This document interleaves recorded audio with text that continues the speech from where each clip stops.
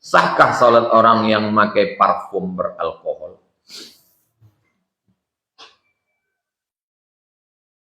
Kalau ini anggur itu di Arab murah, 2 pon sekilo. Tanya Ustaz Budi. 1 pon itu 2.500 zaman saya. 2 pon berarti anggur sekilo 5.000. Di sini 70.000. Makanya menengok anggur tuh meniti mata. 5.000 anggur tuh sekilo musim panas.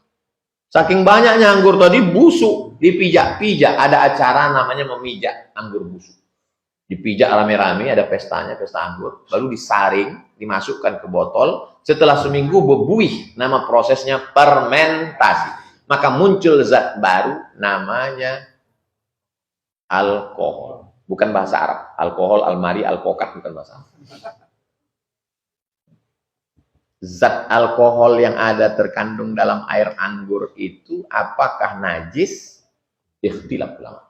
Yang mengatakan najis, ini dalilnya. Ya ayyuhalladzina amanu innamal khamru wal maisiru wal ansabu wal azlamu rijsun. Arti rijsun? Najis. Kata dia alkohol najis.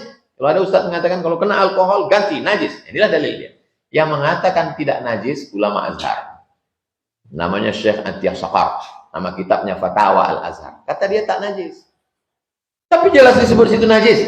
Najis di situ maksudnya najis maknawi. Bukan najis aini.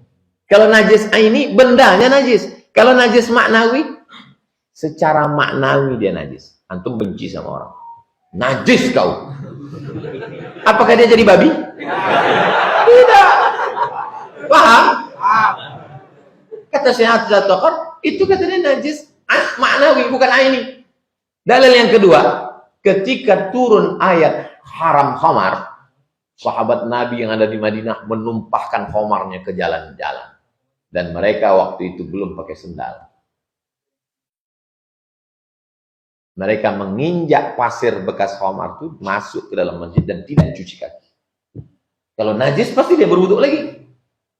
Itu menunjukkan bahwa dia tidak khamar. Khamar itu tidak najis. Itu dalil yang mengatakan khamar tidak najis. Kalau antum meyakini alkohol itu najis, saya hormati. Antum memegang pendapat ulama. Kalau antum mengatakan saya setuju dengan pendapat Syekh Atiyah Saqar bahwa alkohol tidak najis, antum juga tidak salah. Solusinya Pak Ustadz? Kemarin ada yang mengasih saya parfum. Kata dia, ini tidak dari alkohol. Tapi dari, pas saya pakai, dingin. Dari apa? Dari cairan tebu. Jadi tebu itu ada satu unsur yang bisa dipakai untuk parfum. Kayu gaharu itu, kalau ini batang kayu. Di dalam batang kayu itu ada lagi kayu hitam. Itu dulu di Riau ini banyak. Biji mata saya ini sempat menengok. Dipotong-potong, dicincang-cincang itu dulu. Sekarang tak ada lagi. Jadi kebun sawit semuanya sudah habis. Saya simpan di rumah saya kayu gaharu supaya anak cucu saya nanti kalau bertanya, mana gaharu itu ya? Nih ya.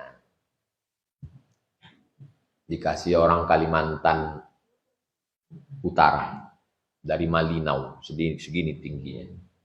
Pas saya tanya yang punya hotel, berapa kira-kira harganya nih Pak? 50 juta. Tak saya bakar, saya simpan. Nah kalau dibakar habis, yang saya bakar yang kecil-kecil aja. Jadi dia itu kayu gaharu itu kalau disuling keluar menetes minyaknya. Satu botolnya itu 20 juta. Yang tidak bercampur apa-apa. Itu kalau dikasihkan ke kawan, menetes air mata kita. Asal diambilnya banyak sedikit. Nah, diambil kayu minyak gaharu tadi agak beberapa tetes, dimasukkan ke botol, dicampur dengan alkohol. Alkohol itu fungsinya untuk menambah semerbak. Campuran. Cairan yang lainnya itu apa? Itulah dia yang tumbuh banyak di tanah Aceh, serai wangi. Bukan serai yang dipakai untuk gulai. Macam serai itu juga. Saya dulu dikasih orang Aceh satu dirigen serai itu. Campuran parfum. Biang namanya, biang parfum yang asli tadi. dicampur dengan minyak serai tadi, dicampur dengan alkohol, itulah dia jadi. Jadi kalau antum pakai itu, antum sholat, antum tidak najis menurut pendapat kedua. Terserah antum mau pakai pendapat. Yang tak bisa, yang tak boleh itu antum paksakan pendapat ini ke sini, itu tak boleh. Paham?